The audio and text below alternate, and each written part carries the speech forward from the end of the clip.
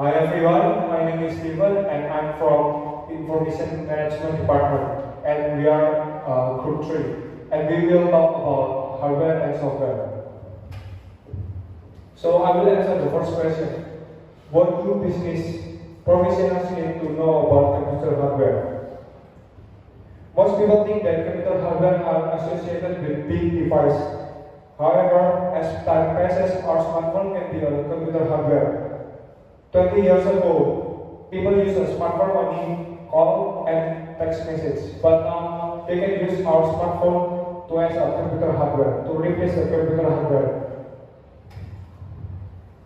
What is computer hardware? Computer hardware consists of electronic components that related gadgetry that equip process, output, and store data according to instructions encoded in computer programs or software.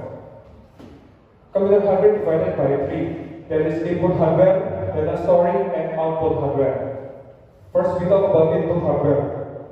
Input hardware divided by four categories: pointing device, compressor device, imaging input device, and audio input device. Let's talk one by one. From input device, we know that pointing devices such as a mouse, keypad, joystick, they are all of the component of the pointing device. And then compressor device. Compressor device is like joystick and game controller. And then imaging input device. Imaging input device, the example are digital cameras, webcam, image scanner, fingerprint scanner, and barcode scanner. And then the last one is audio input device. Audio input device consists of microphone and MIDI keyboard. And then data storing. Data storing is like a brain in a computer. It's called a CPU, motherboard, and RAM are the example of from the data storing. And then the last one is output device. The last section is output section. Output device help all the section to make it real, and user can enjoy the data and is responsible for transmitting data from the input device, data storing, and then output device. The example is monitor LCD, printer graphic, VGA, speakers, and etc. The next is hardware components. What is hardware components? Hardware components is CPU. CPU stands for Central Processing Unit. Select instruction, processes, perform arithmetic and logical comparison, and store result of operation memory. CPU usually works in conjunction with main memory, as we know as RAM. The first one is memory. Memory is to read data and instruction, and then give it to CPU. CPU is the storage computation, and then they are given to RAM. RAM is the data storage, or we know as memory RAM. And then computer structure. Computer structure divided by three: input unit, CPU, and output unit. Before we talk about input unit and output unit, and now we will explain in detail about CPU. Inside of the CPU, it is of three sections. The first section is memory unit, control unit, and ALU. What is memory unit? Memory unit is the processor where is the information and data is given to control unit, and then the control unit given to ALU. And then what is ALU? ALU is an arithmetic logical unit. When the data have arithmetic or mathematics, the ALU will process it and then transmit it to output unit. Let's talk about types of computer. We have 6 different types of computer. The first one is PC, or private computer, personal computer, like laptop, notebook, and etc. And then tablet. Tablet is like iPad, Samsung Pad, and etc. And then tablet. Tablet is a small computer that we can bring anywhere and easy to bring, such as Galaxy Note. They use a pixel to make a user friendly. And then smartphone. Smartphones like iPhone, Samsung Galaxy, and Asus, Oppo, and etc. And then we have server and server farm. We will talk about server and server farm in the next slide. And then server. What is server? Server is a computer that is designed to support processing requests from many remote computers and users. Server, the relationship between PC and server is similar to the relation of the clients and servers in the restaurant. In short, of servers take requests from clients and then bring them to the clients. In the restaurants, these things are food and drinks. Similarly with computing environments, server can send email, web pages, file, and data, and then the server gives it to the client. As we know, like devices, tablets, smartphone, laptop, and etc.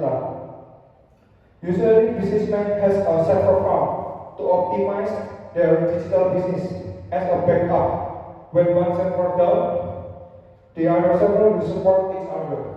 This is an example of the server farm. They have 1,000 of the server farms, and then places in one place that is called truck. And then we have computer data.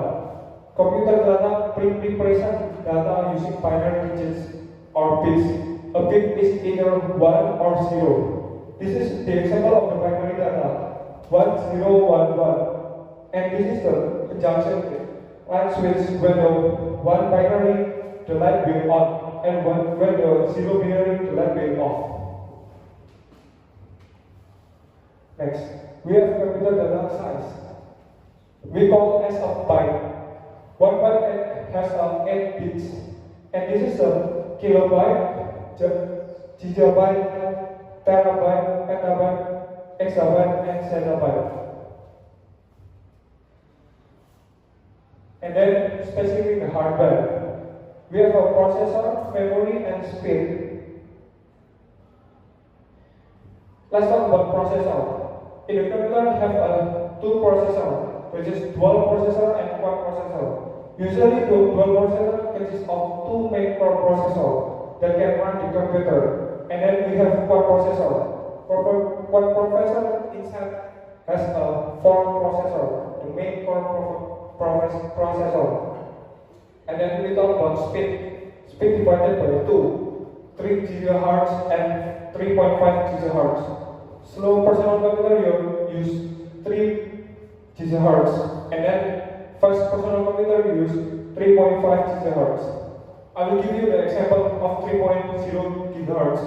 3.0 GHz consists of Intel i3, and then 3.5 GHz like Intel i5 until Intel i7.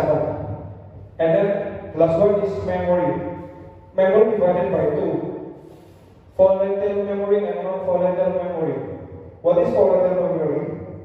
Volatile memory is a type of storage whose contents are erased when the system power is turned off or interrupted. For example, RAM is volatile memory. When you are working on a document, it is kept in RAM. And if the computer loses power, your work will be lost. So the show off is when we work a document or a file of data, and then we close the computer, the data will not save in the inside of the memory.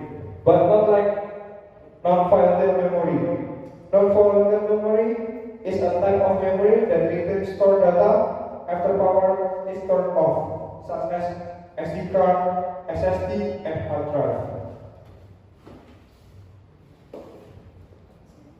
Okay, so my name is David Brian Jefferson, and I'm from Management Information, Class A. So I want to continue what my peer just said about hardware. So this topic that is pointed up here is how can new hardware affect competitive strategies? Yeah, there are 3 new hardware developments that have potential to disrupt existing organizations. The first one is the Internet of Things. The second one is the self-driving car, and the third one is 3D printing. And I would like to start from the Internet of Things first. Yeah, what is the Internet of Things? The Internet of Things is the idea that things that we use in common daily lives that are connected through the Internet. For example, like our mobile phone, like the AC controller. Yeah, those are the common things that we use. And through the Internet, they can connect to other devices. Okay, what happens when devices become smart? Smartphones are out there. What if you had a smart car, a smart home, appliances, or even smart buildings? Smartphones are one of the most common examples that we use in our daily life. Without smartphone, we cannot do anything basically. We cannot communicate with our friends, we cannot take a picture, we cannot order food, etc. Next. Okay, here I have an example of how mobile phones evolved from the very first time they were invented. Yeah. So the first time people used to communicate from far away is using the airmail, using mails that the postman delivers to every house, from house to house, door to door. Then they upgraded to a more futuristic form of the telephone, which is the telephone which they had to do round motion to communicate. And then they began to use the telephone lines, which is semi-electronic. They had to press the button and they could call. And then from that one, they upgraded to a cell phone, a handphone, which people can bring anywhere. People can bring everywhere they go. They put it in their pockets and they can call people. But this phone, it had only one function, which is to call and message people. They don't have cameras, they don't have applications like we use now. And then from this one, we have the handphone, which was actually first initiated by Apple Inc. and Apple upgraded it to the smartphone. The smartphone has a lot of functions, and this is what we use in our daily life. And this has been a kind of lifestyle. Everyone has to have an iPhone. Or handphone, sorry. Yeah, okay, so that was the example of the phone. This is an example of the smart home or the smart building. This is the general electric industrial internet, and this could save an average of 2% in bill consumption rather than using the common building that we use now, which is they have the light and they use the common thing. And from this, we can see why this is beneficial for our lifestyle, because Microsoft created 125 smart buildings, and this will reduce energy costs by 6 to 10% by identifying problems like wasteful lighting, competing